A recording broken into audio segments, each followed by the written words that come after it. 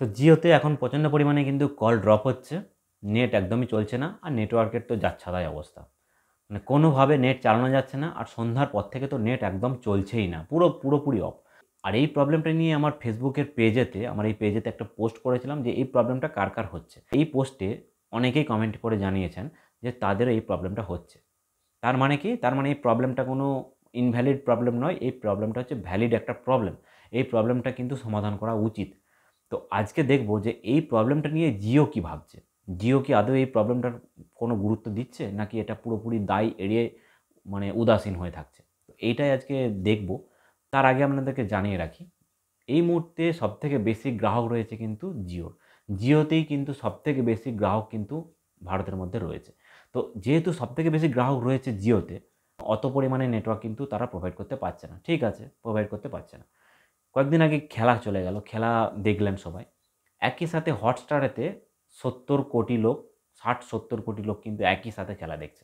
তো খেলা যখন দেখছে, একই সাথে ৬০-৭০ কোটি যদি লোক খেলা দেখে, তখন কিন্তু অটোমেটিক মানে নেটওয়ার্কটা কিন্তু স্লো চলবে। সেই সময় যদি আপনি কমপ্লেন করতে যান কাস্টমার সার্ভিসে, কাস্টমার সার্ভিস থেকে কি বলা হচ্ছে, না একই সাথে এত বেশি লোক খেলা দেখছে, যার জন্য নেটওয়ার্কটা কিন্তু একটু স্লো চলছে। খেলাটা শেষ হয়ে যাক, আবার নেটওয়ার্ক ঠিক হয়ে যাবে। কেন ভাই? নেটওয়ার্কটা স্লো চলবে কেন? আপনারা কি জানতেন না যে মানে খেলা চলবে? এত বেশি লোক, এত এত পরিমাণে লোকই খেলা একসাথে দেখবে। তার মতো নেটওয়ার্কটাও তো প্রোভাইড করা উচিত, তাই না কি? যদি এটা না হয়, তাহলে কিন্তু সার্ভিস প্রোভাইডারের মানেটা কি? সার্ভিসটা প্রোভাইড করতে পারছে না। আপনারা জানতেন আগে থেকে, একটু প্রি প্ল্যান আগে থেকে কিন্তু জানতেন যে এত বেশি খেলা মানে সবাই একসাথে খেলা দেখবে। নেটওয়ার্কটার স্ট্রেংথটাও কিন্তু একইভাবে প্যারালালি বাড়ানো উচিত। তো সেই সময়টা কিন্তু আপনারা সেটা করেননি।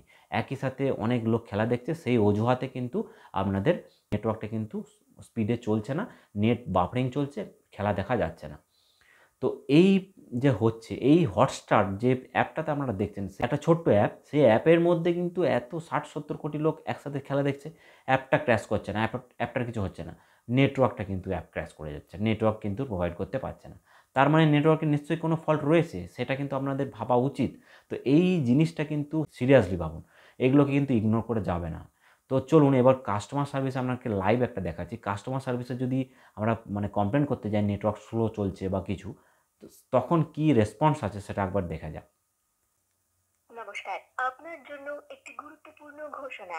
আমরা বুঝতে পারছি যে এই মুহূর্তে ইন্টারনেট পরিষেবা ব্যবহার করতে, ভিডিও দেখতে, অ্যাপস ব্যবহার করতে আপনার ধীর গতির মতো কিছু সমস্যা হচ্ছে। এটি ক্ষণস্থায়ী এবং আগামী কয়েকদিন এই সমস্যা থাকবে। আমরা এটি যত শীঘ্র সম্ভব ঠিক করার চেষ্টা করছি। তো আপনারা দেখলেন এখানে কিন্তু কম্পিউটারাইজড একটা ভয়েস কিন্তু অটোমেটিক সেট করা রয়েছে, এবং এটা আপনি যখনই ফোন করবেন তখনই কিন্তু এটা বলতেই থাকে যে এই মুহূর্তে নেটওয়ার্ক একটু স্লো চলছে। তো এই যে ভয়েসটা এই যে সেট করে রেখেছে, তার মানে কি? তার মানে কিন্তু ওরাও কিন্তু স্বীকার করে নিচ্ছে যে এই মুহূর্তে নেটওয়ার্কটা কিন্তু স্লো চলছে। শুধু এই মুহূর্তে না, এই ভয়েসটা গত ৫ বছর, ৫ থেকে ৭ বছর আগেও কিন্তু একই ভয়েস ছিল। বুঝতে পারছেন? মানে এই ভয়েসটা তারা কিন্তু দিয়ে রেখে তাদের দায় এড়িয়ে যাওয়ার চেষ্টা করছে। সবসময় কিন্তু এরা এই কথাটাই বলে। আপনি কাস্টমার সার্ভিসে যখনই ফোন করতে যাবেন, তখন কিন্তু এই কথাটাই কিন্তু বারবার রিপিট করে। ১ম এই কিন্তু এই কথাটা বলে তাদের পিঠটা বাঁচিয়ে নেয়। তারপরে কিন্তু তারা সার্ভিসটা প্রোভাইড করে। তার মানে তারা জানে যে নেটওয়ার্কটা স্লো চলছে, এখন এই ব্যাপারেই কমপ্লেনটা আসতে পারে। তার জন্য আগে থেকে একটা কম্পিউটারাইজড ভয়েস কিন্তু তারা সেট করেই রেখে দিয়েছে যে এই প্রবলেমের জন্য যদি কেউ ফোন করে, তাহলে সেটা তাদের গুরুত্বই দেওয়া হবে না। এটা আগে থেকেই তারা সেট করে রেখেছে। তো এত টাকা দিয়ে রিচার্জ করার পরেও যদি আমরা সার্ভিস ঠিকঠাক না পাই, আমাদের বাধ্য হয়ে বাড়িতে ওয়াইফাই লাগাতে হচ্ছে। তো ওয়াইফাই যদি আমি লাগাতে হচ্ছে নেট ইউজের জন্য, ওয়াইফাই যদি ইউজ করতে হচ্ছে, তাহলে রিচার্জের দামটা কমাও ভাই। রিচার্জের দামটা তুমি কমিয়ে দাও। রিচার্জের সাথে নেটটা তুমি অ্যাড করছো কেন? তো এটা কিন্তু ট্রাইয়ের তরফ থেকে একটা নোটিশ দেওয়া হয়েছে যে এই রকম প্যাক আনা যাবে না, যাতে ইন্টারনেট ওর সাথে মানে কলের সাথে কম্বো প্যাক আছে। তো ইন্টারনেট আলাদা, কল আলাদা, এরকম প্যাক আনা উচিত। কিন্তু এই ব্যাপারেও কিন্তু তারা উদাসীন। তারা কোনোভাবেই কিন্তু এই প্ল্যানগুলোও আনছে না। তো আমি যদি বাড়িতে মানে ওয়াইফাই ইউজ করব, তাহলে তোমাদের নেটওয়ার্কের রিচার্জটা করব কেন? তো সেটার জন্য কিন্তু রিচার্জ প্ল্যানটা কিন্তু অবশ্যই তাড়াতাড়ি বদল আনা খুবই দরকার। তো চলুন এবার কাস্টমার সার্ভিস আধিকারিকের সাথে কথা বলে কি জানা যায় সেটা দেখে। Social media app, chat, email ও অন্যান্য মোবাইল অ্যাপ চালাবার জন্য ইন্টারনেট পরিষেবা ব্যবহার করতে পারবেন না। আমাদের টিম এটি সত্ত্বর ঠিক করার জন্য কাজ করছে। আপনার অসুবিধার জন্য আমরা দুঃখিত।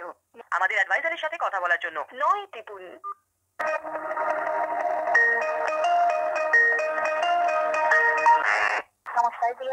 স্বাগত জানাই। আমি নসীন, আমি আপনার কিরকম সাহায্য করতে পারি?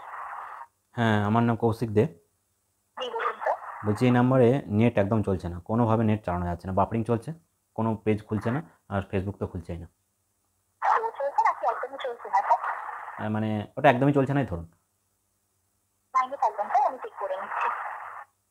তো কাইন্ডলি আপনি আমাকে এটা জানাবেন, আপনার যে ইন্টারনেট ইউজ করতে অসুবিধা হচ্ছে, কোন অ্যাপ্লিকেশন বা ওয়েবসাইট চালাতে অসুবিধা কি হচ্ছে স্যার? অ্যাপ্লিকেশনের মধ্যে ফেসবুক রয়েছে, ইনস্টাগ্রাম রয়েছে, আর পেজের ক্ষেত্রে সব কিছু কোনো পেজই খুলছে না, ব্রাউজিং করতে পারছে না।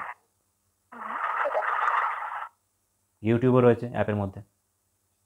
ঠিক আছে, আমি চেক করে নিচ্ছি। হুম স্যার আমরা আপনার এই লোকেশনে মিটার সেলফে চেক করলাম, আমরা ডক করতে পারছি যে আপনার এই এরিয়াতে এখন কভারেজটা লিমিটেড রয়েছে, যার কারণে হতে পারে স্যার আপনার ইন্টারনেট ইউজ করতে বা ভয়েস সার্ভিসে ইস্যুটি আসতে পারে। তো স্যার আপনার এরিয়াতে কভারেজকে ইমপ্রুভ করার জন্য আমরা কাজ করছি, বাট স্যার ইনকেস স্যার এখন আমরা আপনাকে কোনো স্পেসিফিক ডেট বা টাইমিং কমিট করতে পারছি না যে কতদিনের মধ্যে ইমপ্রুভমেন্টটি কমপ্লিট হয়ে যাবে, বাট আমরা অ্যাপ্রিসিয়েট করি আপনার এই পেশেন্সটা। নেটওয়ার্কিং কাজ করছে আপনাদের? আমাদের টিমের উপর কাজ করছে স্যার, আপনি চিন্তা করছেন, আমি আপনার জন্য একটা ইন্টারাকশন হাইলাইট করে দিচ্ছি। তাহলে বলুন না কবের মধ্যে ঠিক হবে, একটু বলে দিন না। এখন আপনার লোকেশনে কোনো স্পেসিফিক ডেট বা টাইমিং মেনশন করা নেই। আচ্ছা, আমি আপনাকে কোনো কল স্পেসিফিকেশন দিতে পারছি না স্যার। কেন পারবেন না? কেন ডেট কমিট করতে পারবেন না কেন? আপনার লোকেশনে কোনো টাইমিং মেনশন করা নেই স্যার, তবে থাকতে তাহলে নিশ্চয়ই আমি আপনাকে জানিয়ে দিতাম। আচ্ছা, বলছি 2020 সাল থেকে কি আপনাদের টাইমারটা এখনো সেট হয়নি? 20 সাল থেকে আমি কমপ্লেনটা করছি, এই নাম্বারে না, আমাদের এই লোকেশনে অন্য নাম্বার থেকে। তো 20 সাল থেকেও কি আপনাদের টাইমিংটা এখনো ঠিক হয়নি? আমি বলছি টাইমিং মেনশন করা নেই স্যার, তবে মেনশন থাকতে করুন, তাহলে নিশ্চয়ই। মেনশনটা করুন আপনারা, মেনশনটা করা নিয়ে এখন করতে হবে তা? হ্যাঁ স্যার, এই রিগার্ডিং তো সিস্টেমে যে আপডেট আসবে আমি সেটাই না, আপনাকে জানাতে সিস্টেমটাকেও তো চাই। আপডেট করতে হবে। সিস্টেমটাকেও যদি ওল্ড ভার্সনে রেখে দেন তাহলেও কি কি হয় সেটা? সিস্টেমটাকেও আপডেট করতে হবে, নেটওয়ার্কটাকেও আপডেট করতে হবে।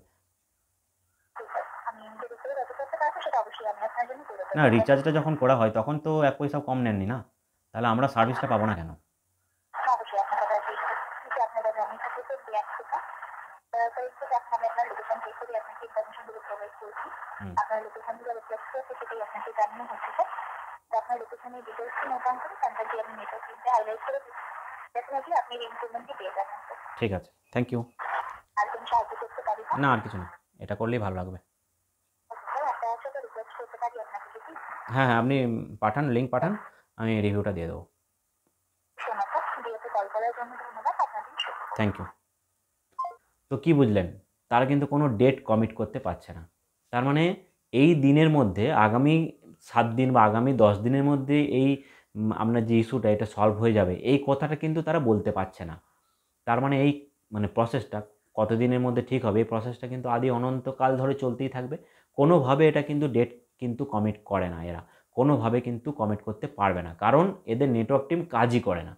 শুধুমাত্র এটা দায় এড়িয়ে যাচ্ছে, মানে তারা নিজেরাও জানে যে এটা এই প্রবলেমটা হচ্ছে, কোনো রকম প্রবলেম করে ঝাউ করে কাস্টমারটাকে বুঝিয়ে ফোনটা কেটে দিলেই হলো, তারপরে আবার যেইকে সেই কোনো রকম অসুবিধা কিছু হবে না।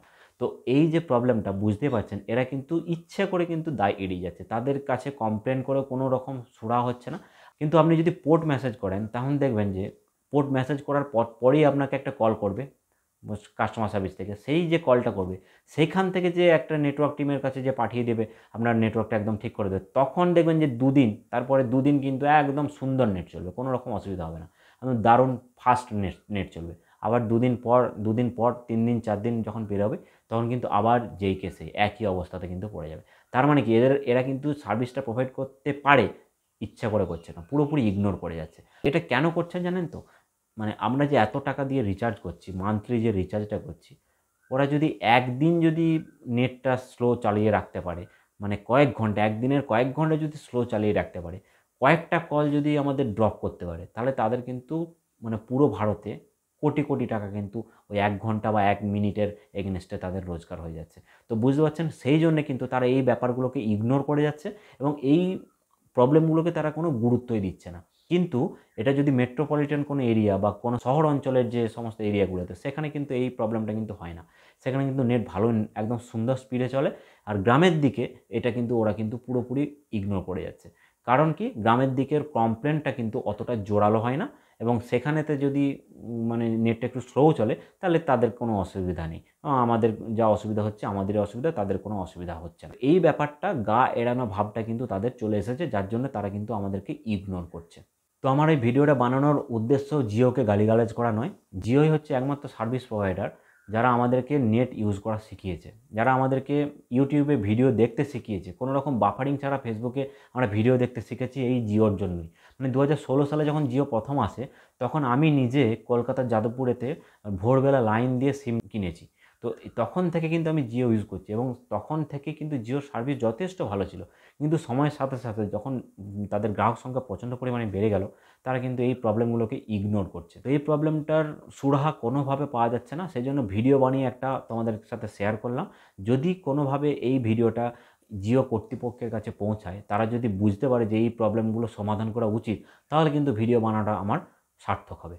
তো জিওকে আমার একটাই বক্তব্য, আপনারা পারেন এই সমস্ত সমাধানগুলো কিন্তু করতে পারেন। জিওর হাত ধরেই কিন্তু আমরা একই সাথে অনেকটা এগিয়ে গেছি। আগে আমরা জানতেন যে আমরা 1 জিবি নেট ইউজ করে সারা মাস চালাতাম, জিও সেটা প্রথম থেকেই 1.5 জিবি করে পার ডে নেট দিচ্ছে। তার মানে কি বলুন তো, নেট ইউজ করাটা আমরা জিও থেকেই শিখেছি, এটা অস্বীকার করে কোনো লাভ নেই, একদম অস্বীকার করার কোনো জায়গাও নেই। তো জিও যেহেতু এটা পারে, এখন যেহেতু আমাদেরকে ইগনোর করছে গ্রাহকদেরকে, এই ইগনোরটা যাতে না করে যদি সার্ভিসটা ঠিকঠাক করে প্রোভাইড করতে পারে, তাহলে আমাদের আর কোনো কমপ্লেন থাকবে না, কোনো রকম কিচ্ছু বলার থাকবে না। তো আশা করি ভিডিওটা আপনাদের খুব ভালো লেগেছে।